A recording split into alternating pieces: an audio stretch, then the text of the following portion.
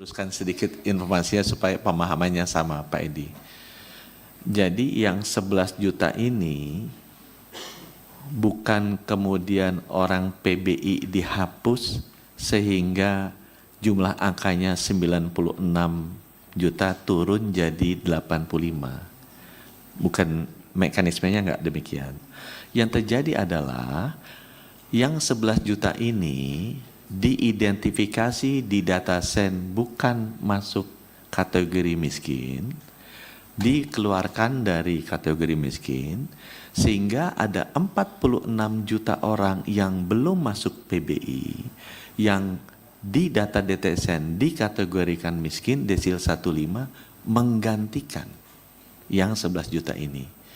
Jadi kalau dari sisi anggaran Kementerian Keuangan sebenarnya, yang dikeluarkan Kemenkyu dengan mengalihkan keluar yang 11 juta yang diidentifikasi bukan masuk kategori miskin ini sama, karena sudah diisi oleh 11 juta pengganti orang yang menurut datasen masuk kategori miskin. Jadi memang kalau ini nanti dimasukkan, ini akan menambah 11 juta dari 96,8 juta.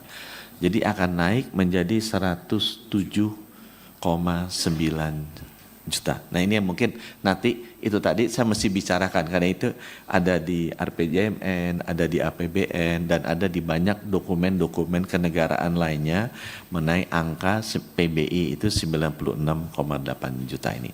Tapi kami memahami sekali masukan dari para anggota Dewan, cuma karena ini ada lintas kementerian, izinkan kami berkoordinasi dulu untuk dengan Kementerian Keuangan dan Menteri Sosial. Izin sedikit, pimpinan Dr. Gamal. Silakan Dr. Gamal. Ya, mungkin saya ingin menambahkan 2 poin Pak Menteri. Saya pikir saran untuk Kemenkes itu secara garis besar ada 2 ya. Dalam konteks pelayanan kesehatan, ya kebijakan emergency bypass ya, yang tadi kita bahas ya. Jadi bagaimana Kemenkes memastikan adanya regulasi yang mewajibkan rumah sakit tetap melayani pasien PBI yang baru dinonaktifkan, terutama kondisi gawat darurat, administrasi bisa diselesaikan belakangan. Artinya service first, admin later. Lalu yang kedua, kita bisa lebih dari itu Pak Menteri. Jadi bagaimana Kemenkes ikut mendorong mengawasi agar rumah sakit tidak alergi atau langsung menolak pasien yang statusnya PBI bermasalah, melainkan membantu mengarahkan proses reaktivasi. Dan yang ketiga, sebagaimana yang disampaikan Bu Pimpinan, saya pikir penting untuk Kemenkes mendorong integrasi yang lebih kuat antara pembiayaan ya, PBI, APBN dengan APBD ya. Dalam hal ini agar kita mampu melakukan sinkronisasi pembiayaan di pusat dan pemerintah daerah. Dan yang konteks kedua, bagaimana Kemenkes mampu memastikan jaminan pembiayaan terhadap berbagai regulasi-regulasi yang dikeluarkan untuk memitigasi sinkronisasi data. Dan mungkin sedikit tambahan untuk BPJS Kesehatan ya, tambahan minor. Jadi saya mengusulkan Pak, optimalisasi petugas BPJS 1. Jadi petugas BPJS 1 DRS harus dibekali kewenangan dan jalur cepat untuk membantu pasien melakukan reaktivasi atau pendaftaran kembali jika syarat-syaratnya terpenuhi. Dan yang kedua, saya mengusulkan transparansi status di aplikasi. Jadi fitur cek status di aplikasi mobile JKN harus memberikan alasan yang spesifik jika penerima PBI dinonaktifkan. Misalkan dinonaktifkan oleh Kemensos karena tidak memenuhi syarat. Sehingga itu jelas untuk pasien kita, bukan sekedar status nonaktif. Secara prinsip saya ingin katakan begini. Kemenkes dan BPJS Kesehatan jangan hanya menjadi penerima pasif dari data Kemensos. Kemenkes dan BPJS Kesehatan harus menjadi advokat bagi pasien. Masalahnya sekarang ketika Kemensos menghapus data, BPJS langsung memutus penjaminan. Jadi ketika Kemensos menghapus data, BPJS langsung memutus penjaminan, dan Kemenkes seringkali tidak punya mekanisme intervensi cepat di lapangan. Terima kasih. Mohon izin pimpinan.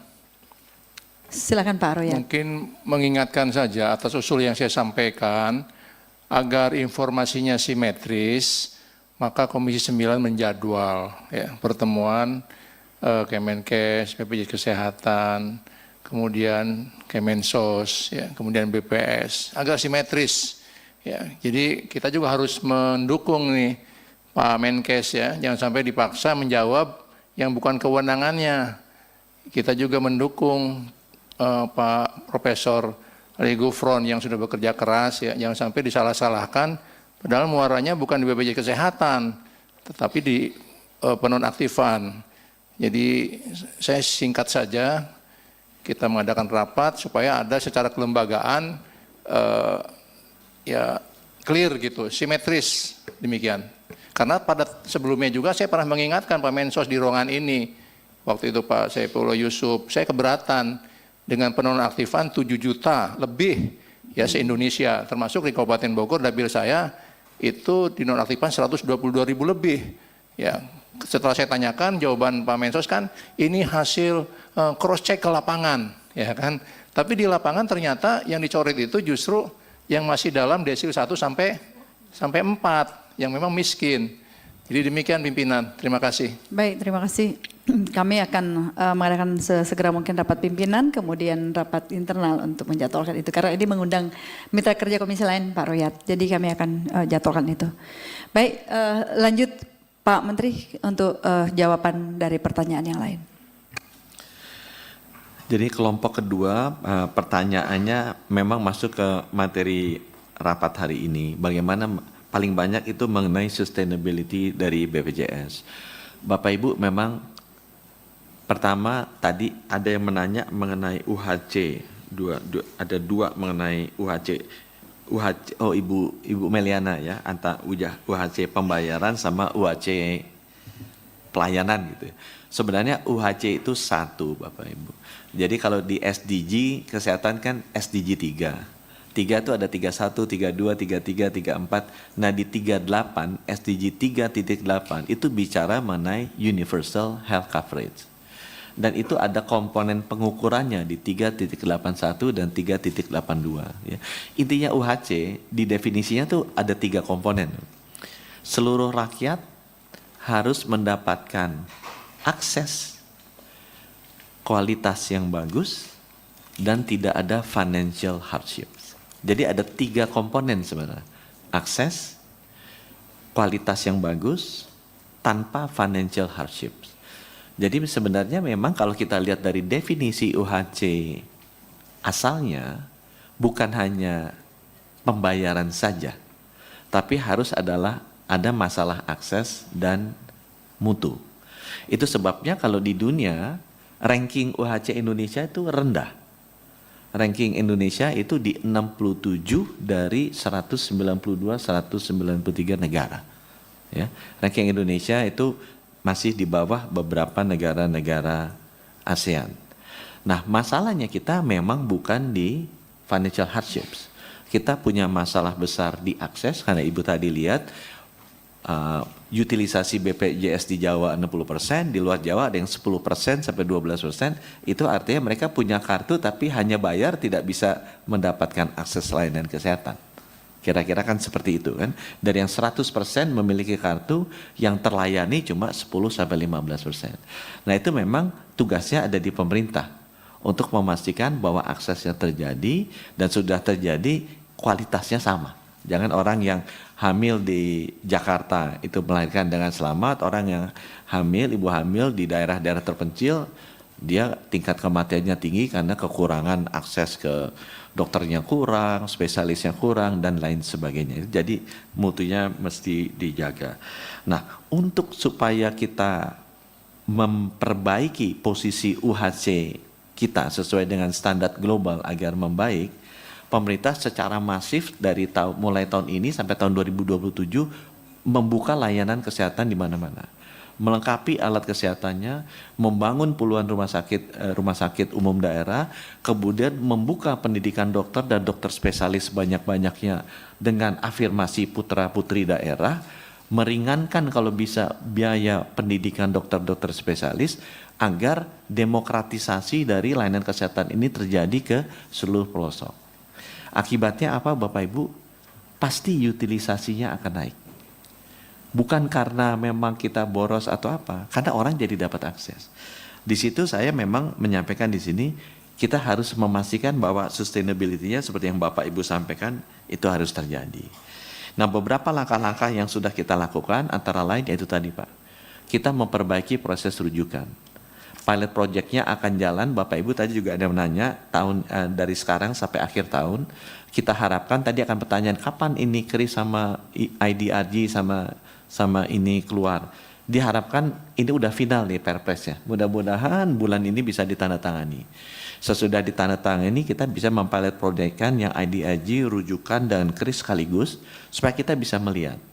Nah, yang rujukan ini kita sudah melakukan pilot project sedikit, itu terjadi penghematan yang cukup signifikan dari pembiayaan BPJS. Karena instead orang untuk mendapatkan layanan yang advance itu harus 3-4 kali dirawat pindah-pindah rumah sakit, itu hanya dilakukan 1 atau 2 kali. Ya, kita udah melihat bahwa model-model itu terjadi. Dengan adanya KRIS, jelas kendali mutunya akan lebih baik.